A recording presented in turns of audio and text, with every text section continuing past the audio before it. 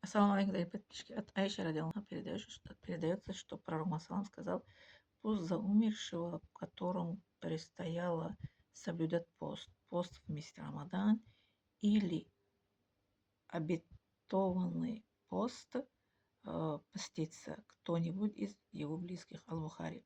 А вот по толкованию этого хадиса, это многие авторитетные богословия, что в данном случае это имеется в виду, что за каждый пропущенным покойным день поста его близкий следует накормить одного не имеющего,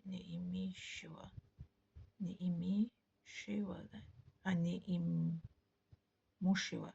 Да, это кормить неимущего. Это хадис объясняет, это имам Бухари, да, передается. А вот это имею в виду, что вот это пост обетованный, это пост, который он держал, кроме Рамадана. Да, допустим, он намерил, что держит трехдневный вот это каждый месяц, или понедельник, это четверг, если намерил, если у него были как это постояние, как это тоже дополняется к этому Рамадан. Сколько дней он намерил и не держал. Ну, как обязательно себе это считал. Типа следовал за это пророк Муссалам, да? Это же сунна держать понедельник, четверг. И это пророк Муссалам постоянно же он держал. Если человек может тоже для себя постоянно как держать. Вот.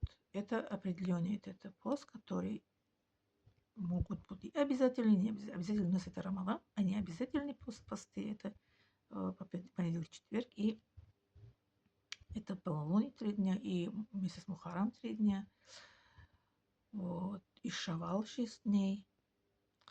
Это кого такие долги, у кого умершие, вот это близкие, они могут это кормить неимущего. Да, если... насчет это кормить, еще хотела тоже, это хадис про сам тоже есть. Если у кого это нету деньги, не может кормить, да, даже финика можно как это кормить. Да? Люди же не всегда же это достатки живут, правильно? Вот, облегчает, что как это, однако во время пришел к пророку Муса, это мужчина, он как это переспал с женой это в день это поста. Потом он говорит, что мне делать? Пророк Муса говорит, иди это, если тебе не специально, ты должен кормить это одного это неимущего. Он говорит, у меня нету ничего, это не кормить это неимущего.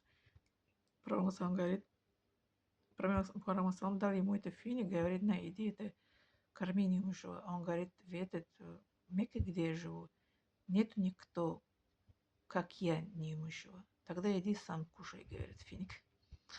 Вот поэтому ислам такой, это добрая религия. Добрая религия. Я же всегда говорю, добрая, милая. Это вот. Представьте себе, что даже если у человека нет возможности, может как это кормить неимущего фиником. Да. Благодарю за внимание. Не забывайте ставить лайк, подписаться.